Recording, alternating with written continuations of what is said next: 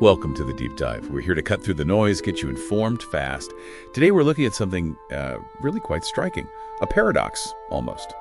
You've got Kenya, right, facing this huge youth unemployment rate. I think it's, 54.1%? That's the figure, yeah. And traditionally, farming, it's often seen as, last resort, not exactly aspirational. Exactly, the dirty job perception, not seen as a path to a white-collar future.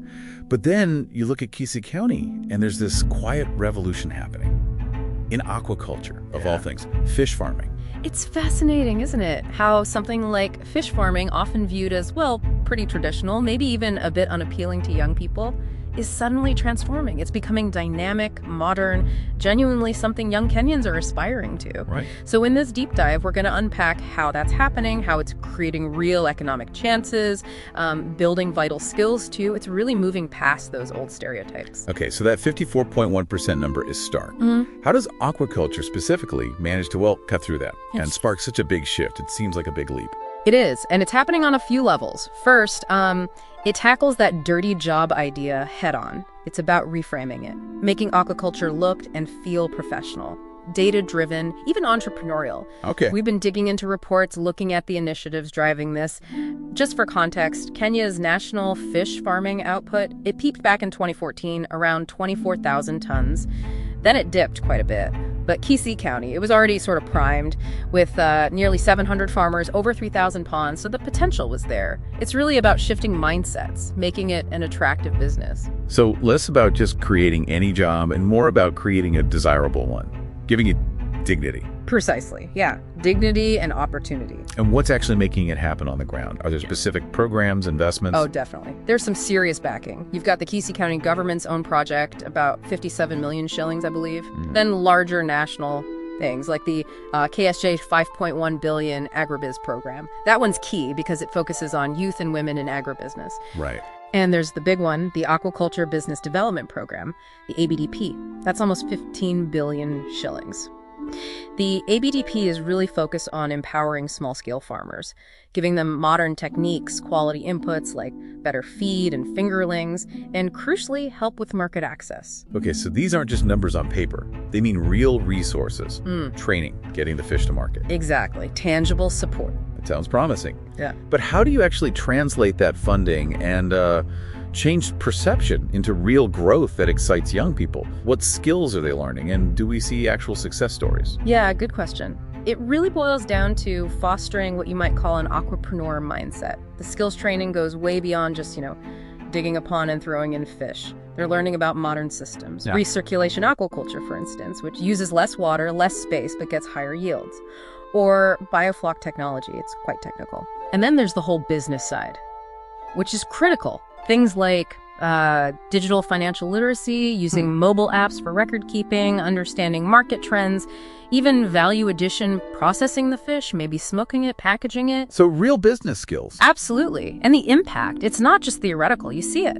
Take Kaskan Samuel, okay, he's from a nearby county, but the principle's the same. He made about 48,000 KES profit from his fish. But he didn't just stop there. He smartly reinvested it, diversified his whole farm into other high-value stuff. Oh, smart. For Paulina Tano, she saw a KES 67,000 profit.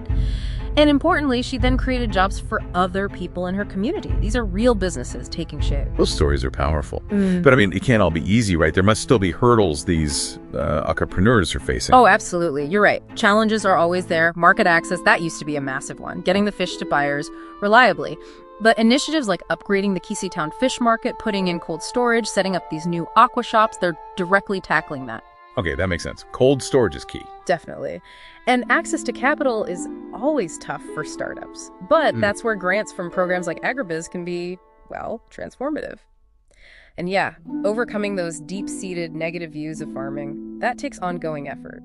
Which is why focusing on the technology side is so important. It makes it feel less like old-school farming and more like a modern enterprise. It really builds resilience, innovation. Right, framing it as tech-driven. Exactly. And this connects to something bigger, doesn't it? This isn't just about Kisii County or even just fish farming in isolation. It plugs right into Kenya's wider blue economy strategy. sustainably using ocean and water resources for growth, and also the agriculture sector transformation plan. Precisely. Yeah. It shows aquaculture isn't just farming, it's a whole industry with diverse careers, processing, logistics, marketing, even developing new agri-tech. It goes way beyond the pond itself. Okay, so that brings us to a final thought, maybe something for you, the listener, to mull over. How could this very localized focus transforming a traditional sector like aquaculture in Kisii, using entrepreneurship and technology, how could that be a blueprint?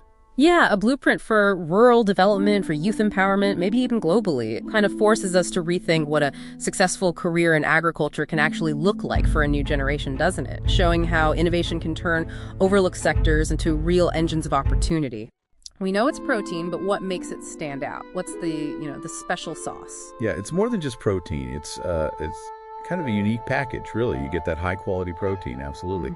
But the critical part is the omega-3 fatty acids, specifically EPA and DHA. These are essential fats, meaning your body literally can't make them. You have to get them from food. Right, the essential ones. Okay. Exactly. And then you add in things like vitamin D, B12, which is huge, plus minerals like iodine and selenium. So it's not just healthy food. It's providing very specific things your body needs to function well. Okay, so a powerhouse of specific nutrients. Where does that really make the biggest difference? I know heart and brain health always come up. Definitely the big two.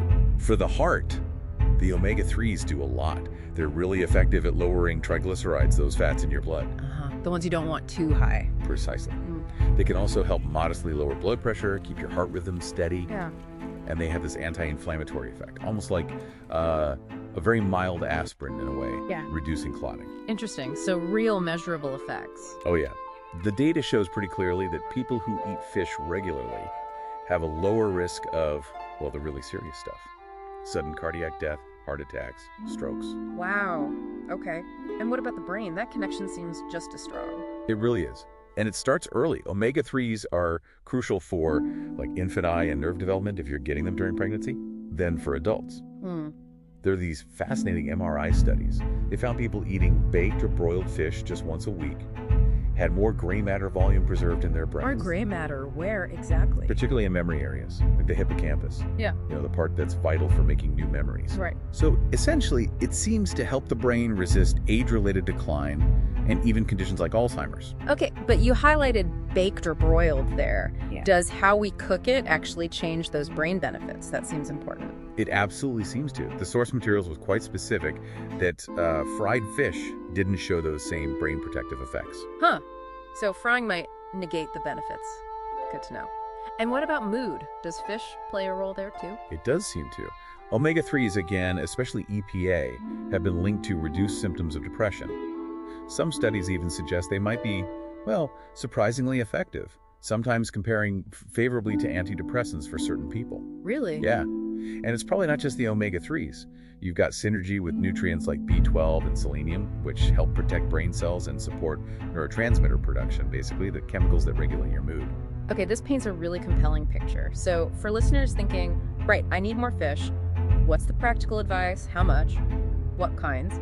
Good question. The general guideline, like from the American Heart Association, is aiming for fish about 2 times per week. Okay. And the serving size is typically around 3 to 4 ounces cooked.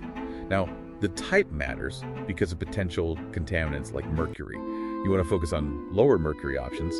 Think salmon, shrimp, canned light tuna, not albacore, that's higher pollock, cod.